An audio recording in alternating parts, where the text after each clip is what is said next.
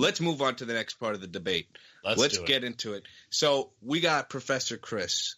He's got Corey Davis, Tennessee's new wide receiver, and we got Prophet Hoos coming back to the stage. He's delivering Mike Williams, the new receiver for the LA Chargers. So, ready, Chris? Go! Corey Davis, I mean, man, what can you say about the guy that isn't impressive? He's 6'3", 33-inch arms. He ran a 4.48 40 time at his workout.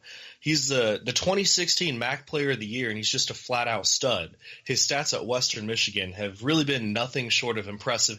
Even his rookie season was impressive. You think back at, I say rookie season, I mean freshman season was impressive. You look back at that, freshman wide receivers aren't really that great in college. He had 67 catches for 941 yards and 6 touchdowns.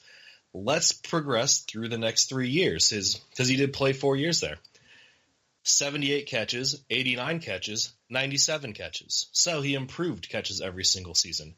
1,408 yards, 1,429, 1,500 receiving yards. So his yards went up every single season.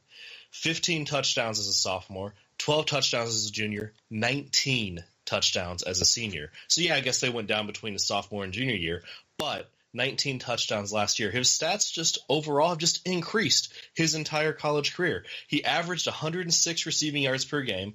Some would argue that these stats don't matter since the MAC is a weaker conference when you compare it to ones like the Big Ten and the SEC. But let's look at his career stats. 331 career receptions. That's 4th in NCAA history.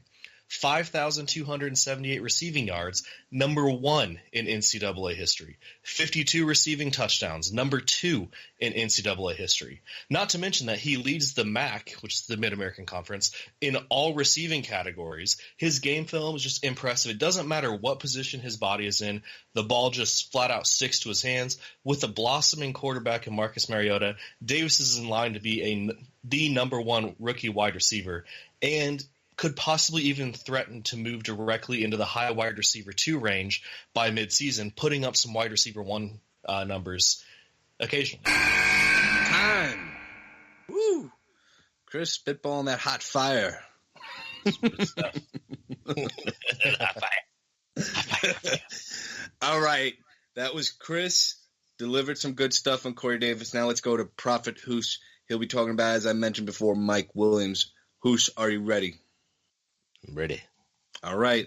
Guys, let's hit the timer. Let's do it. All right. Mike Williams didn't fall in love with the landing spot initially. But however, if you look at the receiving corps of the Chargers, they're always decimated. They always have a cursed player.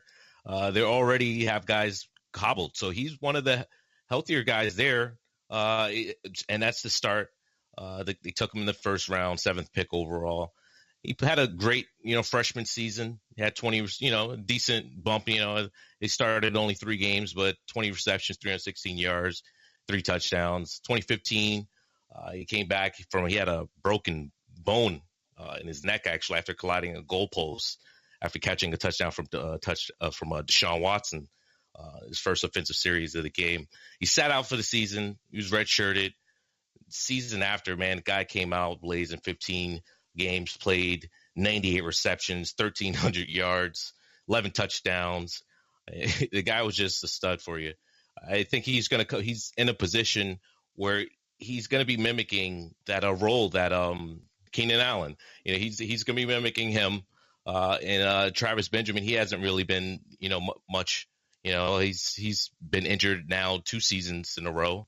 Dontre Inman, another guy, he's coming into the season kind of hobbled. So Mike Williams has a great position you got Phillip Rivers throwing the ball, sometimes 50, 60 times a game.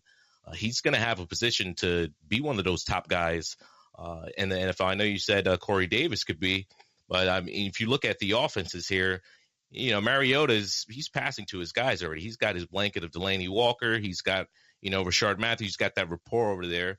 Yes, Corey Davis should be the number 1 there, but that's still yet to be seen.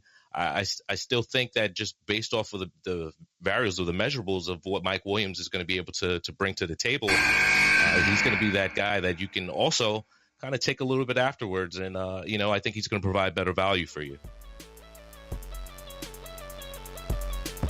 To hear the whole episode, click the link in the description and subscribe for exclusive content during the season.